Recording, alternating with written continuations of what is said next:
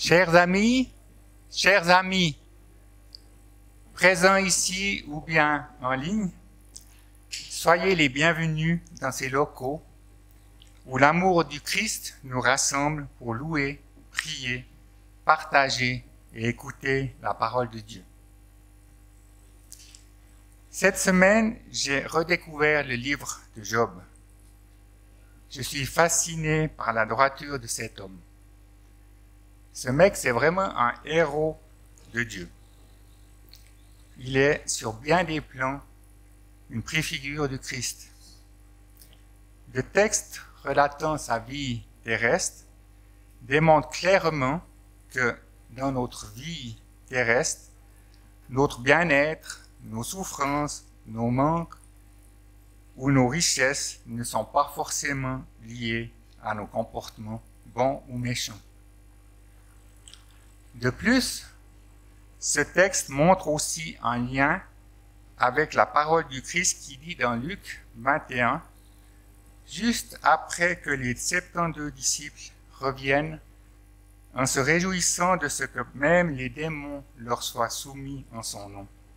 Il dit, « Réjouissez-vous plutôt parce que vos noms se trouvent inscrits dans les cieux. » Et plus loin, « Je te loue, Père, Seigneur du ciel et de la terre, de ce que tu as caché ces choses aux sages et aux intelligents, et de ce que tu les as révélées aux enfants. » En effet, c'est lorsque Job avait tout perdu et était dépourvu, comme un enfant, dépourvu de tout pouvoir, qu'il a enfin compris, vu et connu la réalité de Dieu.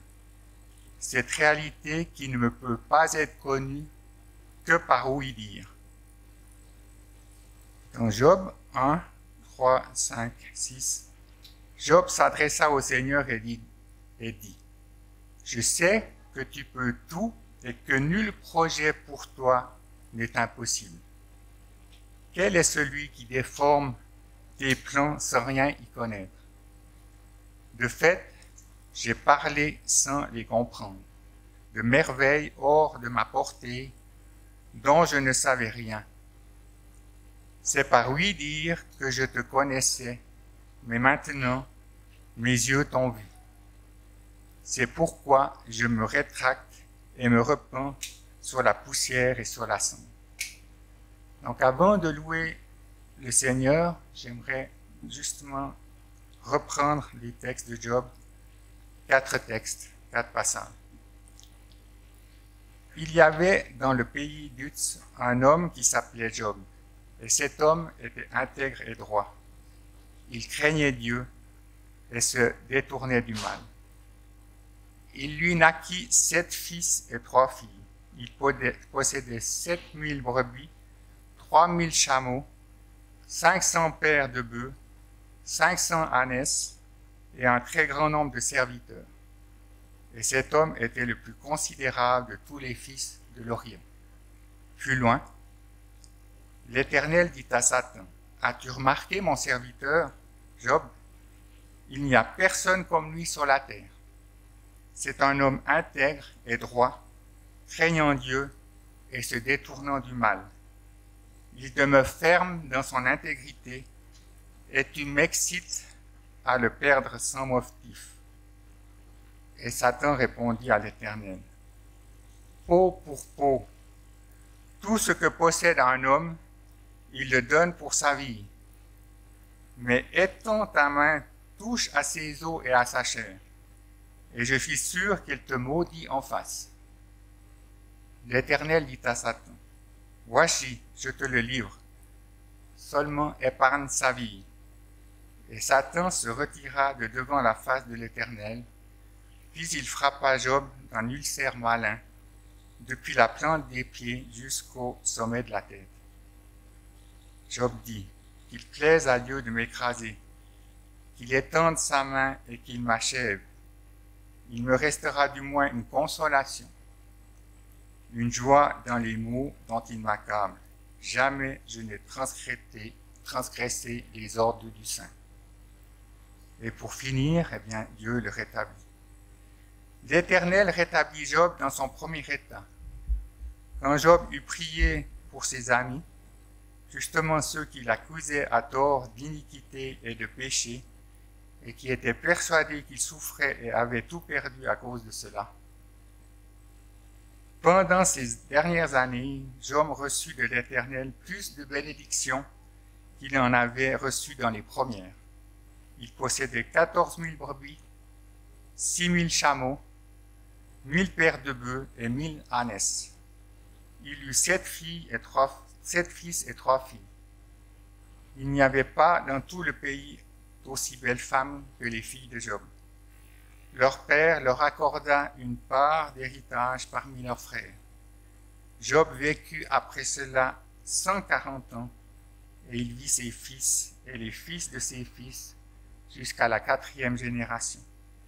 Et Job mourut âgé et rassasié de jours. Oui, c'est vrai, Seigneur, tu es bon, Seigneur, et on ne connaît pas tous tes desseins, on ne sait pas ce qui se passe des fois dans le monde des esprits, Seigneur. Et Seigneur, en tout cas, tu pourvois pour nous et tu nous protèges. Seigneur, avec nos chants, nous voulons te célébrer et t'adorer. En tant qu'enfants et peuple rachetés, nous voulons te louer. Nous voulons, avec ton aide, nous détourner de nos voies impures. Nous reconnaissons que ton amour est infini. Nous puisons nos forces en ton Fils Jésus-Christ. Et nous voulons nous lever pour proclamer ta parole et tes bienfaits. Amen.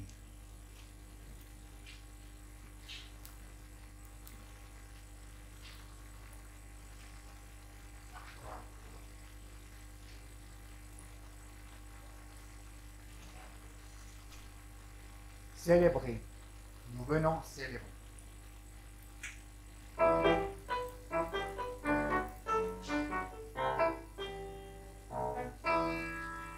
Célébrer, nous venons célébrer, nous venons louer, adorer de notre Père. Célébrer, nous venons célébrer, nous venons louer, adorer. Célébrons-le avec nos instruments, chantons le cœur de le remerciement. Célébrons-le car il est juste et bon, il nous accompagne de bénédictions. Célébrer, en venant célébrer, nous venons pour louer, adorer Dieu notre Père. Célébrer, nous venons célébrer, nous venons pour louer, adorer. Célébrons-le avec de la vie, et dans son livre de nos fantaisies. Célébrons-le et nous allons trouver dans sa famille qui nous a accueillis. Célébrer, nous venons célébrer, nous venons pour louer, adorer notre Père. Célébrer, nous venons célébrer, nous venons pour louer, adorer. Célébrons-le en exerçant nos dons, sans négliger la sanctification. Célébrons-le par un comportement qui soit conforme à son enseignement. Célébrer, nous venons célébrer, nous venons pour louer, adorer notre Père. Célébrer, nous venons célébrer, nous venons pour louer, adorer.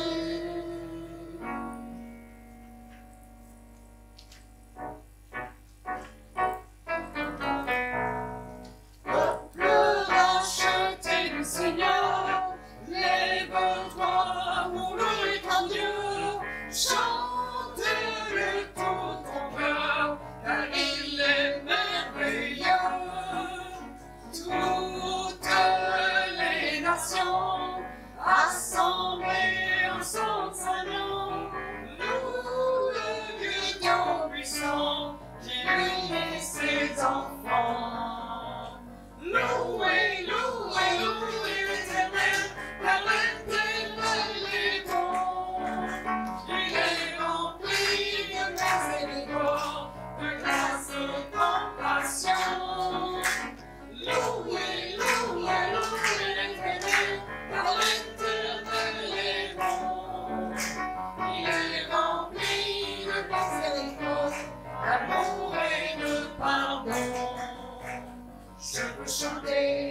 la fidélité du grand Dieu d'Israël.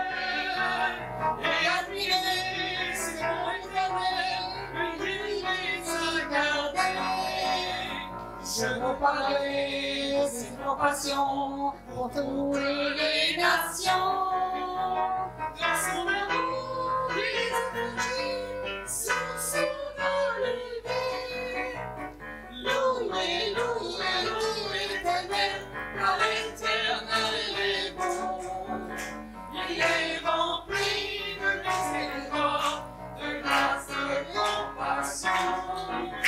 Louez, louez, louez l'Éternel, car l'Éternel est bon. Il est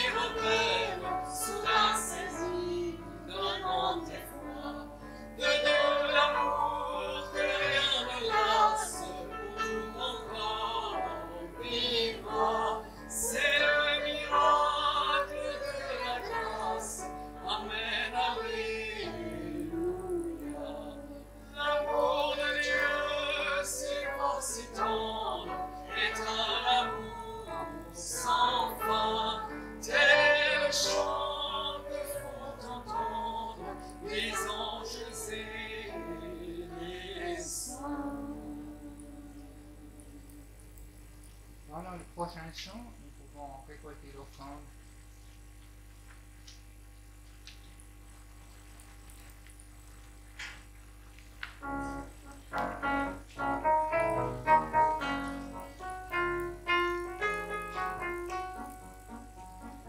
Veux-tu briser le péché de pouvoir?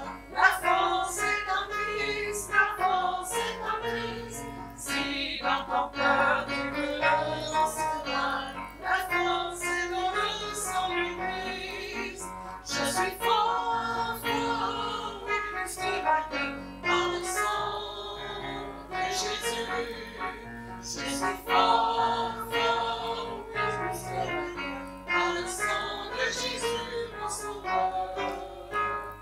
Veux-tu briser la mort et l'enfer? La force est en Christ, la force est en Christ. Jésus, l'amour fait tomber tous tes frères. La force est dans le sang de Christ. Je suis fort, fort, et plus que vainqueur par le sang de Jésus, mon sauveur. Je suis fort, fort, et plus que vainqueur par le sang de Jésus, mon sauveur. Veux-tu marcher toujours pour triomphant? La force est en Christ, la force est en Christ. Pour regarder Jésus est tout puissant. La force est dans le sang de Christ. Alléluia. Fort, fort, et plus que vainqueur par le sang de Jésus, mon sauveur. Fort, fort, et plus que vainqueur par le sang de Jésus, mon sauveur.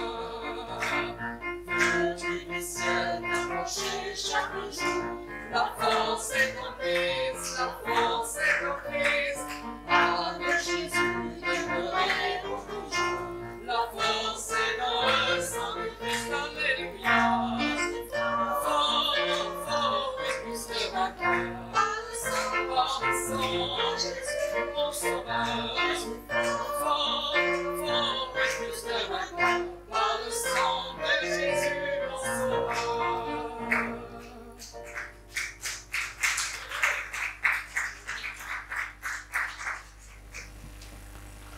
Alors merci beaucoup à Claude et à toute l'équipe qui est avec lui pour ces moments. Je ne vais pas faire très long ici, je vais céder la place à Monique, c'est elle qui nous apporte le message de ce matin. Alors bienvenue et merci beaucoup. Bonjour à toutes et à tous. Comment allez-vous? C'est rigolo, on a plein de monde ici, moins de monde là. De tous les passages du Nouveau Testament et de la Bible en général, l'un des plus connus est probablement ce que l'on appelle de nos jours le sermon sur la montagne. Même des gens qui ne connaissent pas la Bible, mais qui ont vaguement entendu parler de Jésus, savent qu'il a prêché ce sermon très connu. Peut-être même qu'ils en connaissent certaines parties. Il y a les fameuses béatitudes. Ou alors ce commandement qui nous dit de tendre l'autre joue lorsqu'on nous frappe. Ou peut-être ce commandement qui nous dit d'aimer nos ennemis. Je suis toujours étonnée de rencontrer des gens qui ne sont pas chrétiens du tout, mais qui savent que Jésus a dit de telles choses. Le problème avec le sermon sur la montagne, c'est quoi le problème? Si vous l'avez lu, vous savez ce qu'est le problème. Si vous n'avez pas lu le sermon sur la montagne depuis un moment, je vous encourage à le faire. Peut-être aujourd'hui, peut-être ce soir. Lisez les chapitres 5 à 7 de l'évangile de Matthieu et vous verrez tout de suite quel est le problème. Le problème avec le sermon sur la montagne, c'est la mise en pratique. Parfois, on rencontre des gens qui nous disent « Ah, moi je ne suis pas chrétien, mais je vis sur les principes du sermon sur la montagne. » Et là, on sait tout de suite que très certainement, ils n'ont pas lu le sermon sur la montagne. Le problème avec le sermon sur la montagne, c'est sa mise en pratique. Et rien que avec les deux exemples que je vous ai donnés, celui de tendre l'autre joue lorsqu'on nous frappe, ou celui d'aimer nos ennemis, on se rend vite compte à quel point c'est un challenge. Mais en fait, il est un autre challenge dont on ne se rend pas toujours compte, c'est celui de bien comprendre ce que veut dire le sermon sur la montagne. Et souvent, en fait, ce sermon a été mal compris. Et pourtant, il est central dans l'enseignement de Jésus, qui est notre sauveur. Il existe deux versions du sermon sur la montagne, un dans l'évangile de Luc et un dans l'évangile de Matthieu. C'est dans l'évangile de Matthieu qu'il est le plus condensé, plus complet. Et dans ces chapitres, les chapitres 5 à 7 de l'évangile de Matthieu, en fait, Jésus nous parle du royaume de Dieu, que Matthieu préfère appeler le royaume des cieux. Il nous montre en fait comment c'est dans le royaume de Dieu. Quel genre de société c'est. Il nous montre en fait qu'est-ce qui se passe dans cet endroit où Dieu règne vraiment.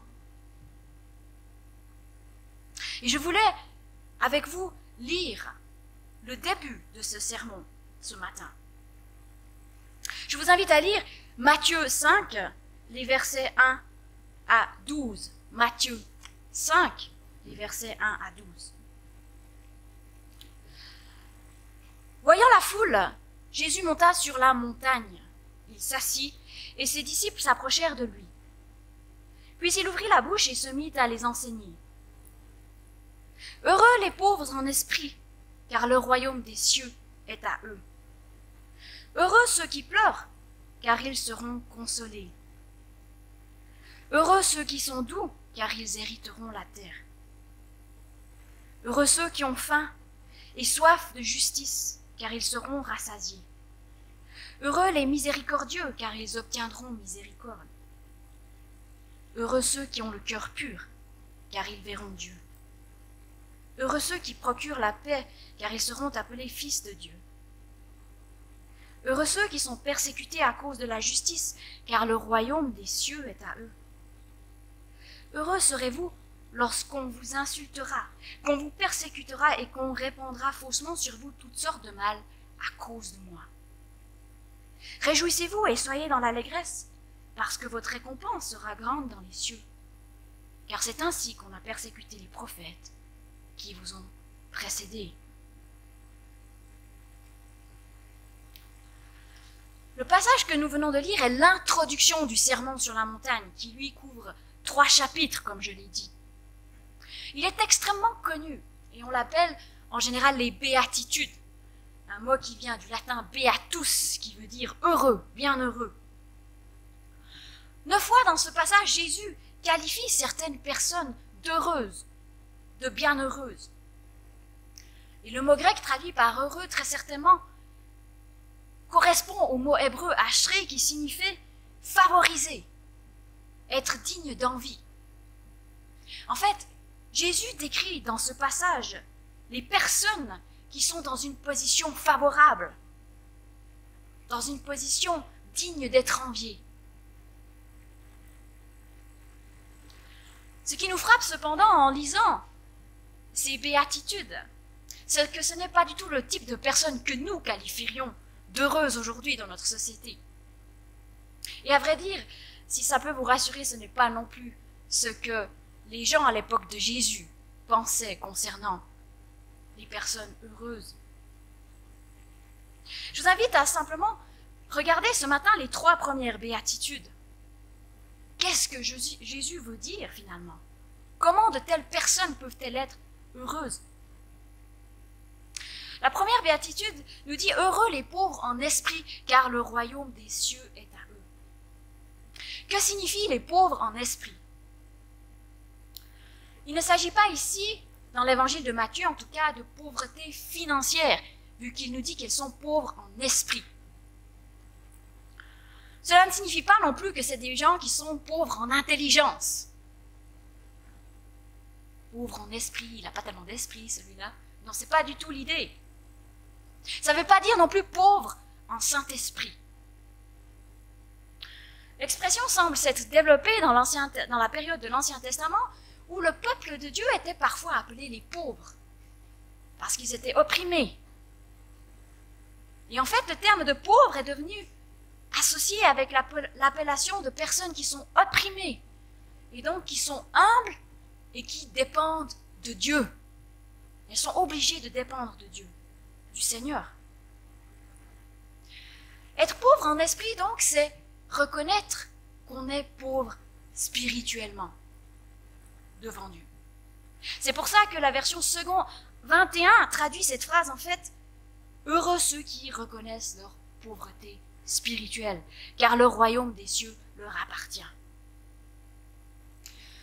Être pauvre en esprit, c'est reconnaître que l'on n'a rien dans notre banque spirituelle qui puisse nous servir devant Dieu. Et c'est en fait assez contraire à ce que l'on pense souvent dans notre société. Nous imaginons que si un jour nous sommes vraiment confrontés à Dieu, si vraiment il existe, nous lui dirons « Tu vois, j'ai vécu de manière quand même pas trop mal. J'ai essayé de vivre au mieux avec mes circonstances, de bien traiter les gens.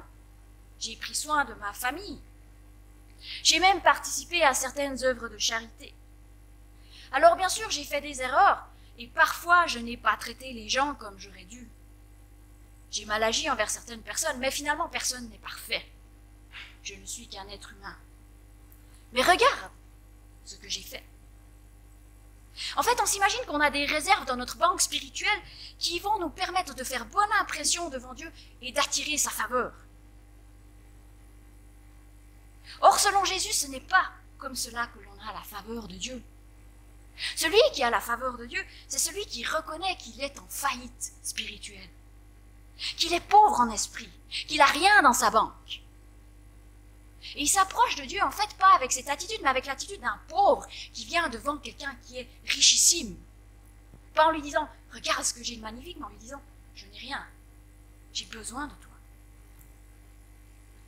C'est tellement contraire à ce que le monde nous enseigne, où nous devons mettre en valeur nos qualités, nos accomplissements et ignorer nos défauts. Vous me direz peut-être, oui, mais c'est maladif comme ça de se concentrer sur nos échecs. Est-ce que ça ne va pas conduire à une mauvaise vision de moi-même, une haine de moi-même même? Comment Jésus peut-il qualifier de telle personne d'heureuse? En fait, il ne s'agit pas de morbidité ou d'essayer de se détester soi-même. Il s'agit en fait de réalisme. Il s'agit de réaliser que quand on est devant Dieu et pas devant les hommes, on n'a rien à lui offrir. Il ne s'agit pas non plus de mollesse de caractère. Prenons l'exemple de Pierre dans la Bible. Si on regarde l'histoire de Pierre, on se rend compte que c'était un homme de caractère. Il était assez sûr de lui, de sa capacité à suivre Jésus même jusqu'à la mort. Et lorsque les gens viennent arrêter Jésus, c'est lui qui tire son épée. Et pourtant, cet homme, un jour, a eu une expérience très impressionnante avec Jésus. C'était lors de la pêche miraculeuse. Et tout à coup, il a réalisé à quel point il était pécheur à côté de Jésus. Il lui a dit « Éloigne-toi de moi, car je suis un homme pécheur. » Pierre a réalisé qu'il était en faillite spirituelle devant Jésus, qu'il ne pouvait pas finalement rester même à côté de lui. C'est cela être pauvre en esprit, c'est réaliser que devant Dieu, nous n'avons aucune prétention, que ce que nous pouvons lui offrir, c'est uniquement des loques de mendiants et que nous avons besoin que lui nous recouvre de vrais vêtements de justice, de vraie bonté pour que nous puissions vivre dans son royaume. Être pauvre en esprit, c'est réaliser qu'aucune de nos bonnes actions, aucune de nos capacités, rien dans notre héritage, que ce soit notre éducation ou même une famille chrétienne de longue date, avec des missionnaires peut-être, que même pas notre appartenance à une église ne correspond à quelque chose dans cette banque spirituelle, ça ne servira pas d'échange devant Dieu. Ce sont des loques qui ne recouvrent pas notre nudité devant lui. Nous avons tellement l'habitude de nous comparer aux autres êtres humains pour nous sentir mieux et avoir une estime de nous-mêmes que nous oublions cela. On se dit, oui, mais moi je ne suis pas Hitler quand même. Où on se dit, oui, mais moi je ne suis pas comme le voisin qui frappe sa femme et ses enfants. Oui, mais devant Dieu, qu'est-ce que vous allez lui dire? Vous voulez savoir à quoi ça va ressembler lorsque nous serons devant Dieu? Lisez le sermon sur la montagne. Lisez l'histoire de Jésus. Voyez comment Jésus, lui, a vécu et vous verrez à quoi ressemble Dieu. Lisez le sermon sur la montagne et vous verrez si vraiment vous pouvez vivre dans un tel royaume. Est-ce qu'en lisant le sermon sur la montagne ou en examinant la vie de Jésus, nous avons vraiment l'impression d'avoir quelque chose dans notre banque spirituelle? En fait, pour vraiment réaliser notre état spirituel, nous devons lire le sermon sur la montagne, nous devons lire l'histoire de Jésus. Alors, nous réaliserons que nous sommes pauvres. Et alors, Jésus dit que nous sommes heureux. Jésus dit que si nous réalisons que nous sommes pauvres en esprit, nous sommes heureux, car le royaume des cieux est à nous. Réaliser que nous portons des loques, oui, c'est déprimant dans un premier temps. Mais c'est la première étape, et c'est l'étape nécessaire dans notre vie pour que nous nous tournions vers Dieu et que nous recevions de lui de vrais vêtements. Heureux les pauvres en esprit. La deuxième béatitude nous dit également quelque chose d'étonnant. Heureux ceux qui pleurent, car ils seront consolés. Ce verset est en fait la suite de ce que nous venons de lire. On lit souvent ces béatitudes comme si elles étaient déconnectées les unes des autres, mais ce n'est pas le cas, elles sont très très liées. Le monde dans lequel nous vivons aime bien rire, il n'aime pas les pleurs. Il n'y a guère de place pour ceux qui sont dans le deuil. Comment donc quelqu'un qui pleure peut-il être qualifié d'heureux? Et le fait que la première béatitude nous parle finalement de notre état spirituel suggère que dans la deuxième béatitude aussi, Jésus parle de notre état spirituel. Jésus ici nous parle de la tristesse, des pleurs qui peuvent nous envahir et qui finalement devraient nous envahir lorsque nous sommes confrontés à cette pauvreté spirituelle. Lorsque nous réalisons que nous sommes vraiment pauvres en esprit. Et lorsque nous réalisons l'état spirituel également du monde autour de nous. La personne qui réalise réellement qu'elle n'a rien dans sa banque devant Dieu, elle est brisée. Et peut-être que c'est quelque chose que vous avez aussi expérimenté, en tout cas certainement moi je l'ai. Avez-vous déjà eu des regrets d'avoir agi d'une certaine façon? Est-ce que vous avez déjà été désespéré ou rempli de tristesse d'avoir agi d'une certaine manière, parlé d'une certaine manière à des gens que vous aimez? Les relations que nous abîmons ne nous rendent-elles pas tristes? Et cette tristesse est peut-être encore accentuée lorsque nous réalisons que finalement, nous n'arrivons pas à changer notre façon de faire les choses. Vous est-il arrivé d'être en larmes à cause de traits de caractère que vous n'arrivez pas à changer? Vous est-il arrivé d'être dans la tristesse à cause d'addictions dont vous n'arrivez pas à vous débarrasser?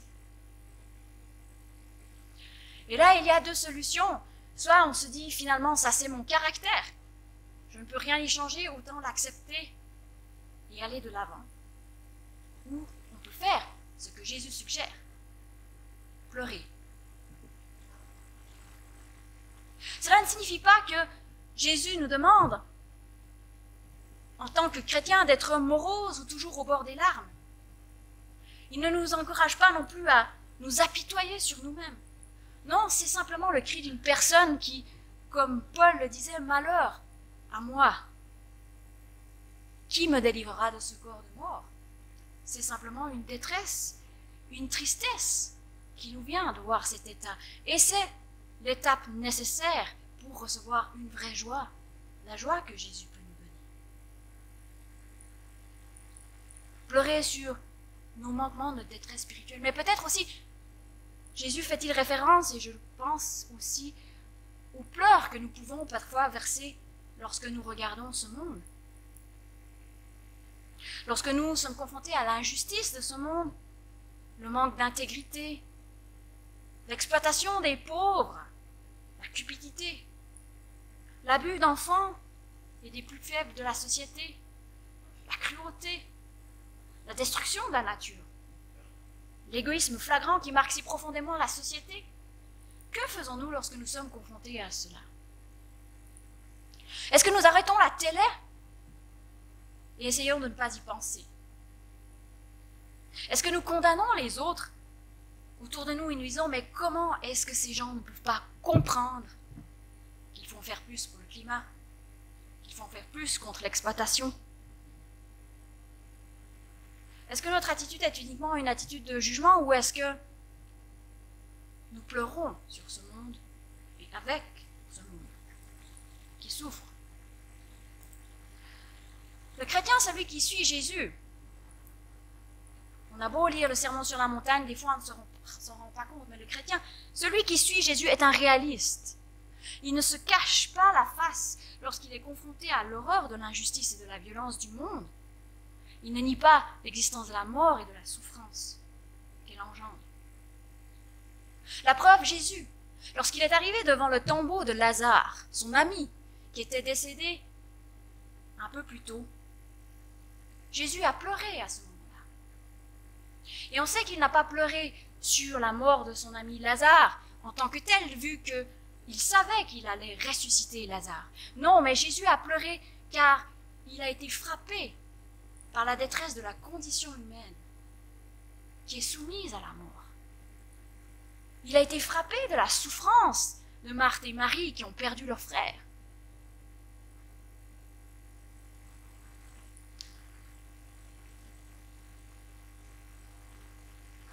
Ce sont de telles personnes que Jésus déclare heureuses. Pourquoi? Non pas parce qu'elles sont heureuses dans leurs pleurs, mais parce qu'elles seront consolées. Car Dieu va sécher leurs larmes. Mais nous avons besoin de pleurer finalement pour que Dieu puisse intervenir et pour qu'il puisse venir établir son royaume dans nos vies et sur la terre. Et Dieu est celui qui a dit qu'un jour il essuiera toute larme de nos yeux, qu'un jour la mort ne sera plus. Il n'y aura plus ni deuil, ni cri, ni douleur, nous dit Apocalypse 21, 4. Heureux donc ceux qui pleurent, car ils seront consolés. Enfin, la troisième béatitude, heureux ceux qui sont doux, car ils hériteront la terre. Qui sont les doux? À nouveau, il nous faut comprendre cette caractéristique dans le contexte des deux autres béatitudes. Mais je pense qu'on a beaucoup de mauvaise compréhension de ce que signifie être doux dans notre société. En tout cas, c'est certainement pas une caractéristique qui a bonne presse. Pas si on regarde des films d'Hollywood. La douceur n'est pas ici une référence à un tempérament naturel. Elle fait pas référence aux gens qui sont plutôt calmes ou introvertis, aux gens qui sont naturellement gentils ou aux gens qui sont plutôt timides. Être doux ne signifie pas non plus être nonchalant ou mou, facile à manipuler. Être doux ne signifie pas non plus être facile à vivre, décontracté. Être doux ne signifie pas non plus être indécis, peu sûr de soi, faible de caractère. Non, ce n'est pas cela, être doux. Et en fait, si on veut vraiment savoir ce que signifie être doux, il nous faut regarder la vie de plusieurs personnes dans la Bible qui sont qualifiées comme des personnes douces.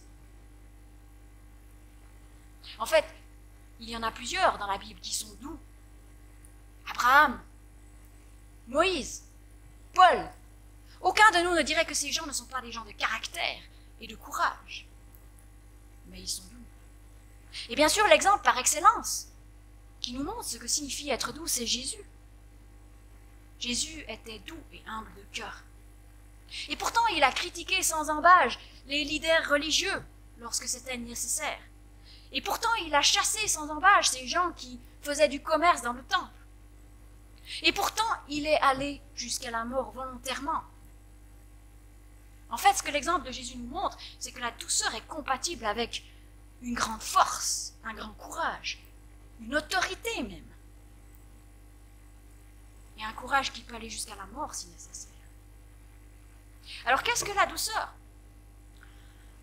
La douceur, en fait, est une attitude qui est liée, finalement, à notre appréciation de nous-mêmes. C'est pour ça qu'elle est liée à la première et la deuxième béatitude. Mais la douceur, on pourrait dire que c'est la capacité, lorsque Dieu nous demande de le faire, à laisser passer les intérêts des autres avant les siens. Une personne douce ne ressent pas le besoin de s'affirmer et de défendre ses intérêts face aux autres. Elle ne fait pas des demandes pour sa position, pour ses privilèges, ses droits, son statut. Non, une personne douce est en fait comme la personne que Paul décrit dans le chapitre 2 de l'Épître aux Philippiens. Une personne douce a la pensée de Christ. Paul nous dit dans Philippiens 2, à partir du verset 3, et je pense que réellement c'est une description de la douceur. Ne faites rien par esprit de rivalité ou par désir d'une gloire sans valeur, mais avec humilité, considérez les autres comme supérieurs à vous-même. Que chacun de vous, au lieu de regarder à ses propres intérêts, regarde aussi à ceux des autres. Que votre attitude soit identique à celle de Jésus-Christ. Lui qui est de condition divine, il n'a pas regardé son égalité avec Dieu comme un butin à préserver, mais il s'est dépouillé lui-même en prenant une condition de serviteur, en devenant semblable aux êtres humains. Reconnu comme un simple homme, il s'est humilié lui-même en faisant preuve d'obéissance jusqu'à la mort, même la mort sur la croix. Voyez-vous, Jésus n'a pas revendiqué ses droits. Il était l'égal de Dieu et il avait parfaitement le droit de rester avec Dieu et de ne pas venir sur la terre. Il a laissé tomber ses droits pour le faire quand même. Il avait parfaitement le droit de ne pas mourir sur la croix. De tous ceux qui ont posé le pied sur cette terre, c'est le seul qui avait le droit de ne pas mourir. C'était le bien-aimé de Dieu. Et pourtant, il a laissé tomber ce droit. La personne douce est la personne qui fait passer les intérêts des autres avant les siens. C'est une personne qui n'est pas sans cesse obsédée par ses droits et ses intérêts, qui n'est pas sans arrêt sur la défensive. Et nous savons que d'être obsédé par nos droits et nos intérêts est en fait une malédiction. Ça nous enchaîne. Dès que quelqu'un devient une menace, nous ne sommes pas tranquilles. Nous explosons facilement. Nous dépensons beaucoup d'énergie pour nous défendre. Alors comment peut-on développer une telle attitude? Est-ce même possible? En fait, cette attitude est intimement liée à la première béatitude et à la deuxième. C'est lié au fait de savoir qu'on est pauvre spirituellement. Lorsque nous sommes vraiment pauvres en esprit et qu'on sait qu'on n'a pas de prétention devant Dieu, on n'a plus besoin de sans arrêt défendre un capital que nous n'avons de toute façon pas. On sait qu'on est pauvre. Et on sait que celui qui nous rend riches, c'est Dieu, et que c'est lui qui défend nos intérêts. Et cela nous rend doux, paisibles. Et alors nous sommes capables de traiter les autres aussi avec douceur. Prenons l'exemple d'Abraham. Je trouve que c'est un exemple extraordinaire. Il y a cette histoire à propos d'Abraham. Un jour, Abraham a eu une querelle avec son neveu, Lot. En fait, c'est les bergers d'Abraham qui ont eu une querelle avec les bergers de Lot. Il n'y avait pas assez de place pour les deux groupes dans le pays. Alors Abraham dit à Lot, « Qu'il n'y ait donc pas de dispute entre toi et moi, ni entre tes bergers et les miens, car nous sommes frères. Tout le pays n'est-il pas devant toi? Sépare-toi de moi. Si tu vas à gauche, j'irai à droite. Si tu vas à droite, j'irai à gauche. » Lot leva les yeux et vit que toute la plaine du Jourdain était entièrement arrosée. Avant que l'Éternel n'ait détruit Sodome et Gomorrhe, c'était jusqu'à Tsoar comme un jardin de l'Éternel, comme l'Égypte. Lot choisit pour lui toute la plaine du Jourdain et se mit en route vers l'est. C'est ainsi qu'ils se séparèrent l'un de l'autre. Cette histoire est absolument extraordinaire. Car du point de vue humain, Abraham est le patriarche dans cette famille. C'est lui le plus âgé, c'est lui le patriarche, le chef de tribu, c'est lui qui a le droit de choisir où il va s'établir. C'est à lui de faire le choix. Il a parfaitement le droit de demander à Lot d'aller voir ailleurs, de se déplacer. En plus, Abraham a reçu des promesses de Dieu. Il aurait pu se dire, ces promesses sont les miennes. C'est à moi de choisir, c'est à moi d'aller dans ce bon endroit du pays. Et pourtant, il ne l'a pas fait. Il renonce à son droit. Abraham agit totalement différemment de ce que la société de l'époque lui disait de faire. En fait, je pense qu'à cause de la promesse de Dieu, Abraham savait que Dieu était celui qui le rendait riche et prospère. Il savait que Dieu était celui qui défendrait ses intérêts. Il savait que Dieu serait avec lui où qu'il aille. Et c'est à cause de cela qu'il n'a pas eu besoin de défendre ses intérêts et qu'il a pu être doux envers Lot. On le voit, Abraham finalement se savait pauvre. Spirituellement, mais aussi financièrement, il savait qu'il était pauvre sans Dieu, mais qu'avec lui, il était riche où qu'il aille. À nouveau, nous réalisons avec cette béatitude qui bénit les doux à quel point le royaume des cieux est différent de notre société. Et nous réalisons aussi finalement à quel point les caractéristiques du royaume sont différentes de nos caractéristiques naturelles en tant qu'être humain. Heureux les pauvres en esprit, car le royaume est à eux. Heureux ceux qui pleurent, car ils seront consolés. Heureux les doux, car ils hériteront la terre. Ce qui frappe le plus en lisant le Sermon sur la montagne, c'est à quel point il est contraire à notre tendance humaine, actuelle, naturelle.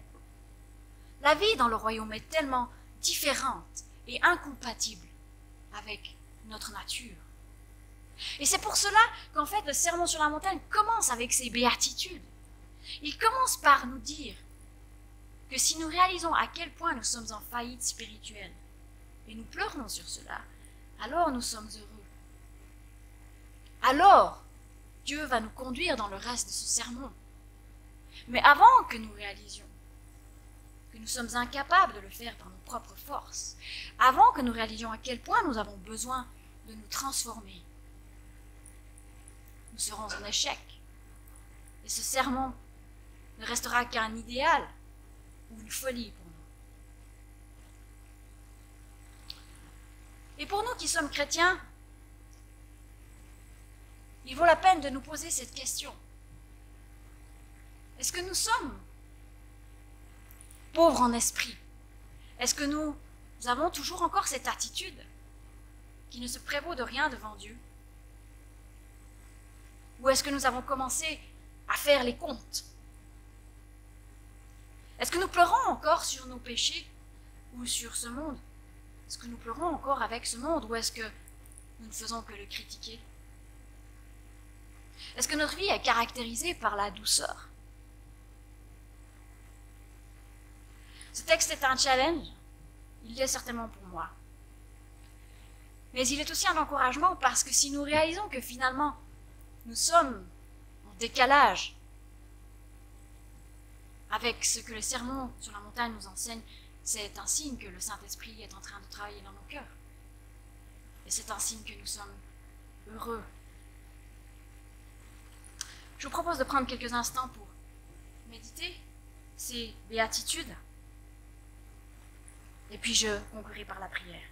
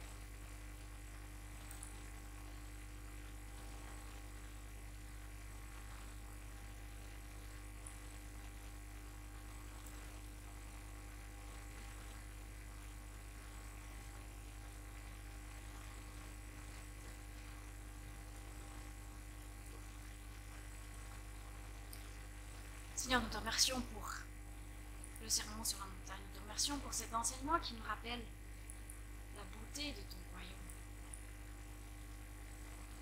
Qui nous rappelle comment c'est finalement là où toi tu règnes. Mais qui aussi, Seigneur, nous effraie, nous challenge, car il nous fait réaliser à quel point nous ne sommes pas naturellement compatibles avec ton royaume. Oui, Seigneur, viens parler à nos cœurs, nous convaincre par ton Saint-Esprit. Et viens nous transformer. Nous reconnaissons, Seigneur, notre pauvreté spirituelle. Nous reconnaissons que nous avons besoin de toi. Nous avons besoin que tu crées en nous, Seigneur, ces caractéristiques du royaume. Nous avons besoin que tu nous donnes ta puissance. Nous te remercions parce qu'avec Jésus, tu as tracé un chemin pour nous. Parce que lui a été capable d'obéir à ce sermon sur la montagne. Oui, Seigneur, viens nous transformer, viens nous challenger. Que nous puissions réellement devenir ces lumières dont tu parles aussi dans le royaume, dans le sermon sur la montagne. Que nous puissions refléter ta gloire, que nous puissions vraiment devenir ces disciples de Jésus. Amen.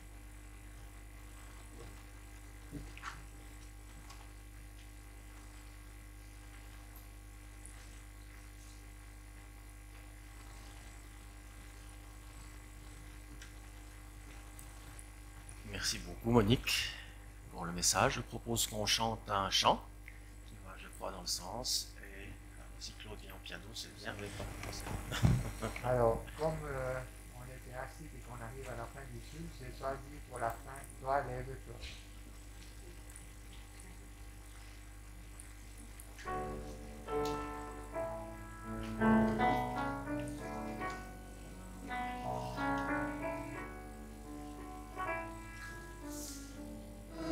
Toi, lève-toi, et va au nom du Christ, porter l'amour de Dieu au monde.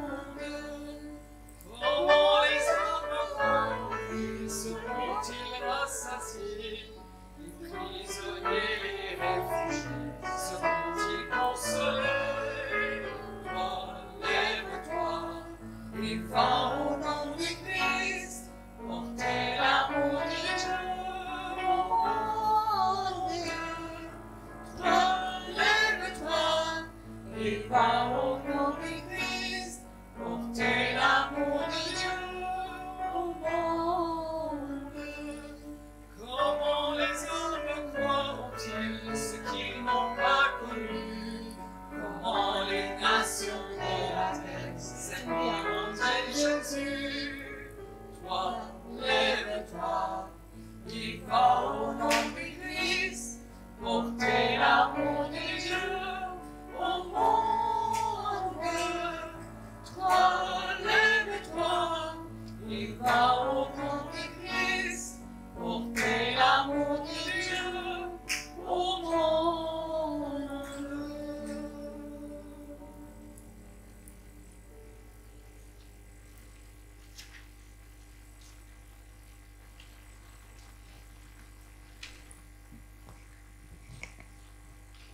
Merci beaucoup.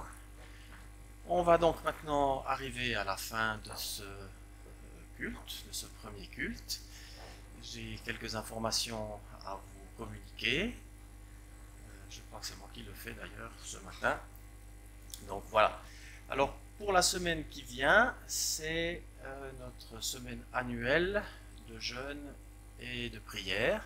Donc durant la semaine à venir, il y aura des rencontres ici tous les jours, du lundi au vendredi, de 12h15 à 13h15 tous les jours et de 18h30 à 19h30 tous les jours. Et je fais une précision, donc c'est une semaine de jeûne, mais personne n'est obligé à quoi que ce soit. Si vous avez à cœur de jeûner, faites-le selon vos possibilités, selon vos capacités physiques, et surtout, dans le cadre de cette année, peut-être ne pas vouloir absolument faire des exploits d'un point de vue du jeûne. Si vous avez la capacité de jeûner de manière intégrale, le faites. Si ce n'est pas le cas, vous ne le faites pas. Et comme chaque fois, je recommande aussi aux personnes qui ont alors un travail physique, qui sont beaucoup sur la route, de peut-être pas non plus faire des excès dans ce domaine-là. Voilà donc, pour la semaine à venir, tous les jours, de 12h15 à 13h15, une rencontre de prière ici, et de 18h30 à 19h30 ici également. Vendredi, il y a la soirée feu également qui a lieu donc chez Christian Vuarneau à Courceret. Si vous avez besoin d'informations sur ce sujet, vous pouvez vous adresser à moi à la fin du culte. Et puis sinon, dimanche prochain, comme tous les dimanches, le culte de 9h à 10h pour un premier culte et le culte de 10h30 à 11h30. Je précise, pour vous qui êtes là, mais aussi peut-être pour les internautes qui nous écoutent, qu'on a en fait augmenté la capacité de la salle. Jusqu'à maintenant, on avait 60 places de disponibles, mais on l'a augmenté à 80. Donc ne vous privez pas de venir en disant que vous cédez la place à quelqu'un d'autre. Il y a, je pense, suffisamment de place. 2 x 80, ça fait 160, donc on est plus ou moins dans le nombre de personnes moyennes qu'on réunit d'ordinaire. Voilà, je crois avoir tout dit. Je vais vous demander de vous mettre debout. Je rappelle aussi juste qu'il y a encore le camp d'automne. Je suis incapable de vous dire s'il y a encore des places libres ou pas, mais en tout cas, si vous êtes intéressé, vous pouvez vous adresser à Pascal Babst ou à Niki Konzelman, qui vous informeront s'il y a encore des places ou pas. Je vais prier pour terminer. Seigneur, nous voulons bénir ton nom, parce que nous avons ce privilège de nous rassembler ce matin, de pouvoir te célébrer ensemble, et de pouvoir aussi écouter ta parole. Nous te remercions, Seigneur, pour cet enseignement sur le sermon sur la montagne, le royaume de Dieu. Et cela nous rappelle, Seigneur, que nous sommes appelés à rechercher premièrement ton royaume et ta justice. Et nous te prions, Seigneur, pour que dans les jours à venir, nous ayons ce réflexe en quelque sorte de chercher ta pensée, de chercher premièrement ton royaume et ta justice, sachant que tout ce dont nous avons besoin nous sera donné par-dessus. Seigneur, que ta grâce, ta paix puisse accompagner chacune et chacun maintenant par Jésus-Christ notre Seigneur. Amen. Je vous souhaite une bonne fin de matinée et à tout bientôt.